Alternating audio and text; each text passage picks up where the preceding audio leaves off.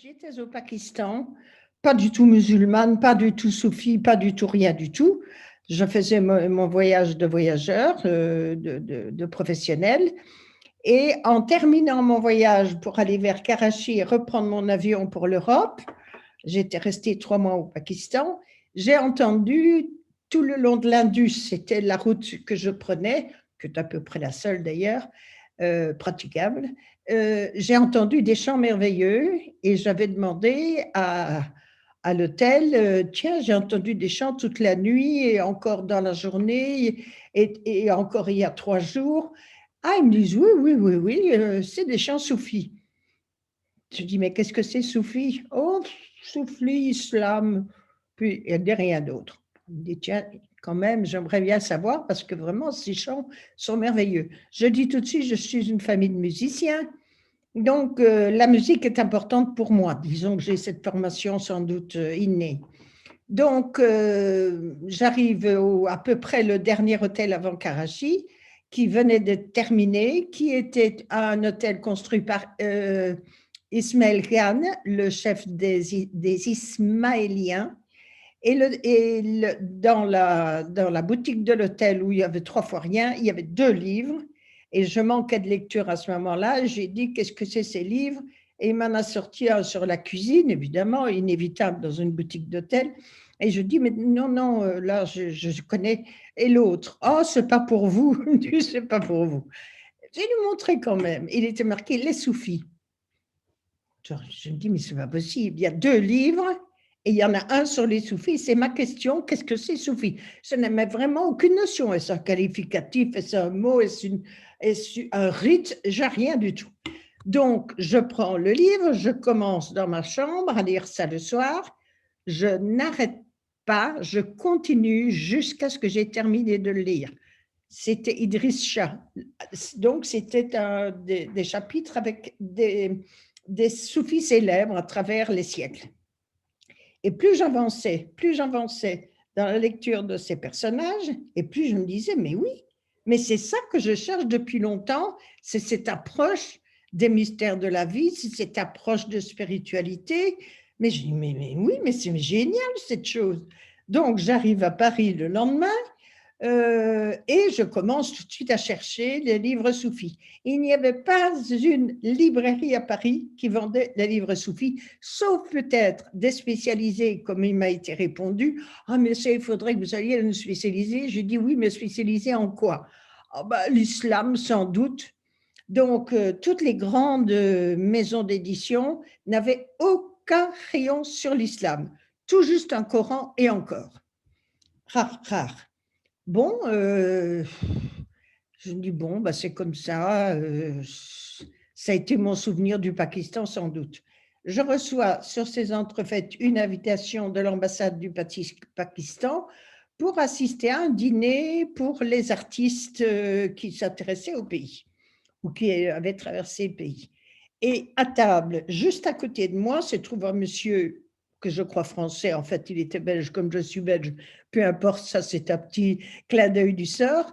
Et on commence à parler et il me dit qu'il est spécialiste en musique folklorique. Ah, je dis peut-être que vous pouvez répondre. J'ai entendu des chants au Pakistan, blablabla. Soufi, qu'est-ce que c'est ça? Il me regarde et dit, mais vous savez qu'en France, nous avons le plus grand musicien soufi actuellement vivant, ou en tous les cas, un des plus grands. Je dis, mais il faut que je rencontre ce monsieur. Bien sûr, téléphonez-moi demain. Radio France, je vous donne ça, je l'ai dans mon calepin. Et ce monsieur, c'était Kutsi Erguner, donc le grand joueur, très grand joueur de ney et turc, Rumi. Je ne savais vraiment pas qui était Rumi, j'avais vu dans mon livre, mais ni plus ni moins. Donc, j'ai pris mon téléphone. Kutsi Erguner m'a dit, oui, c'est moi. Mais venez samedi, nous avons tous les samedis une petite réunion de prière et de chant et de spiritualité. Comme ça, vous saurez mieux. Donc, je suis allée dans un endroit pas possible, comme toujours, les soufis sont toujours des endroits bons. Et là-bas, il y avait très peu de personnes qui n'étaient pas de la tarika, maintenant je peux utiliser le mot, puisque nous sommes entre nous, de la confrérie soufie, sauf une petite dame qui était perdue dans ses coussins, là, parce que minuscule, et les coussins bien gros, comme bien turcs. Et je la regarde et elle me regarde et qu'est-ce que vous faites là? Ben, je dis, je viens par curiosité. Ah bon? Et je dis, et vous? Ah, mais moi, je le connais Kutser Gunner et le soufisme depuis longtemps. Et pourquoi? Je m'appelle Eva de Vitré, je suis traductrice de Rumi. Je dis, ben, ça c'est exactement finalement le fil que j'avais tiré. Quand on a vraiment une intention, je crois que les choses se mettent en place. Donc, je dis, mais j'ai envie de prolonger cet entretien, parce que là, nous sommes en compagnie, mais venez quand vous voulez, elle me donne son téléphone, j'habite rue Claude Bernard, c'était pas loin de chez moi. Et donc, c'est comme ça que je suis arrivée chez Eva. Et la première question qu'elle m'a posée, tout à fait logique, parce que c'était l'esprit le plus logique et rationnel qu'on peut rêver, elle me dit, j'ai perdu le fil. Ah oui, que savez-vous de l'islam? Je dis rien du tout. Ah, elle dit, ça c'est un excellent début. Et là, j'ai compris la façon qu'Eva avait de réfléchir et de communiquer sa science à qui le demandait. En fait, elle commence au premier degré. Elle ne va pas plus loin. Premier degré, qu'est-ce que vous savez? Vous ne savez rien, ok. Donc, petit à petit, j'ai dit, mais la prochaine fois, si vous voulez bien, je vais m'enquérir. On ne va pas ici parler d'islam, et puis on continuera. Très bien, très bien. Donc, c'est comme ça, pas à pas, ne devançant jamais mes questions, répondant toujours et pas de façon du tout pédante. C'est un peu comme, ah ben vous voulez les mathématiques, il y a 2 plus 2 égale 4. C'était vraiment très confortable, très logique, très, très entraînant par l'intérêt qu'elle éveillait chez moi. Donc, on ne parlait pas que de spiritualité, loin de là. On parlait de l'état du monde, qu'est-ce qui se passe. Et quelques mois après, aura lieu la première guerre d'Irak, la première pour nous, deuxième pour eux, mais première guerre d'Irak. Et là, tout de suite, on en a parlé et nous avons compris, et elle et moi, que ce serait une catastrophe pour le monde pendant longtemps.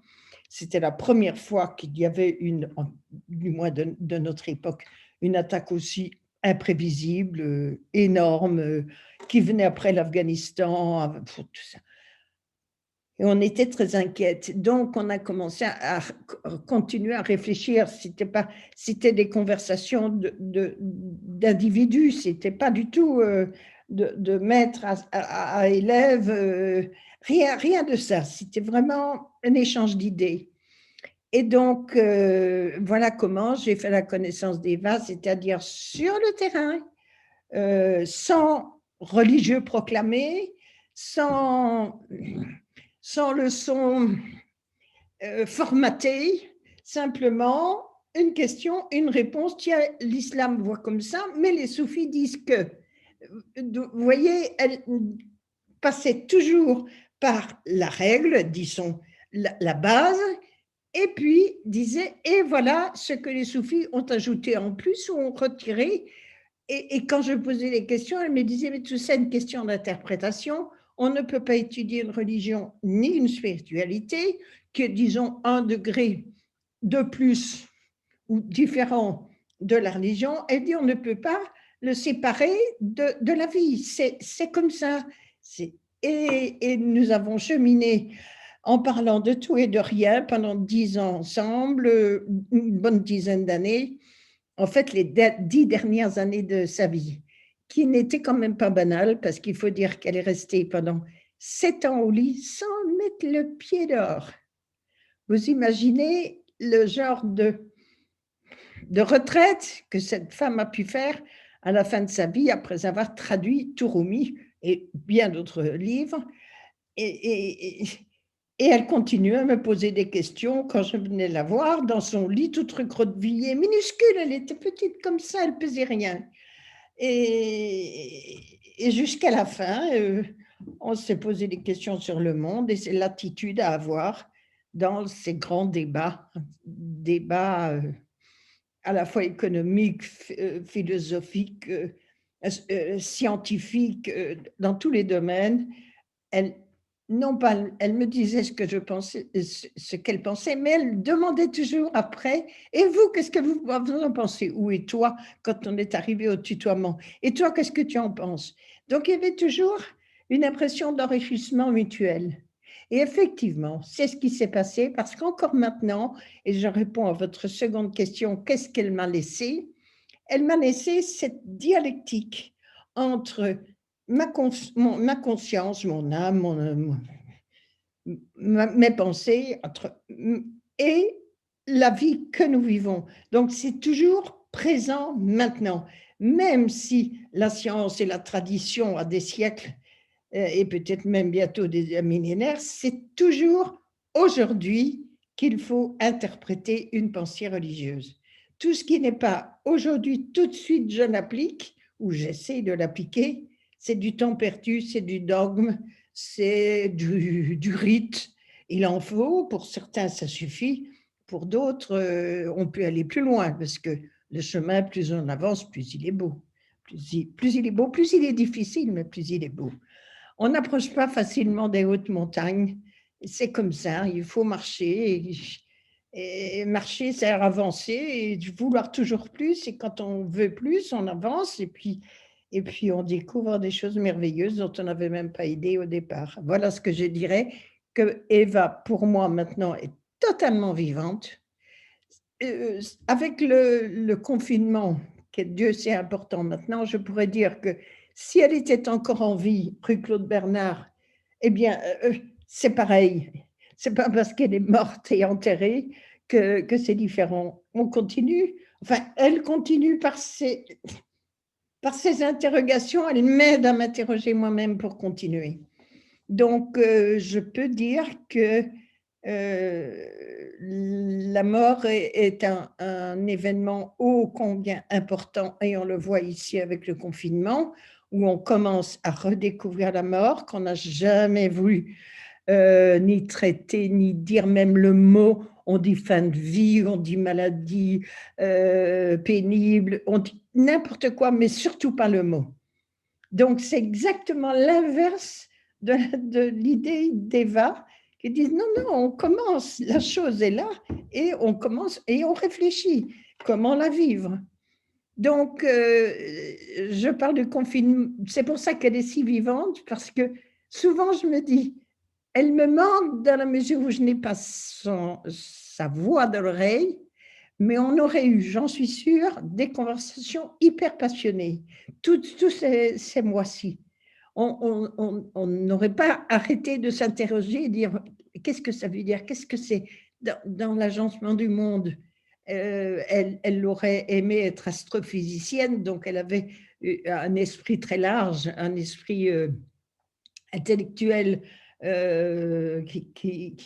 qui n'était pas entre barrières. Donc, elle pouvait téléphoner à des amis savants du Collège de France de recherche. Ah, je vais lui demander, il va peut-être répondre à ma question. Voilà pourquoi Eva maintenant est toujours vivante pour moi. Ce sont des personnes qui vous marquent parce que, à leur insu, elles vous donnent une méthode. Je dis bien à leur insu parce qu'elle n'a jamais voulu prétendre enseigner quoi que ce soit à personne, sauf quand on lui demandait, comme à Lazare, où elle a été quand même la seule première femme à donner des cours à l'université du Caire. Donc là, oui, elle sait faire un cours, elle le fait remarquablement, mais dans sa conversation, elle est humble, elle est soufie. Voilà comment je dirais.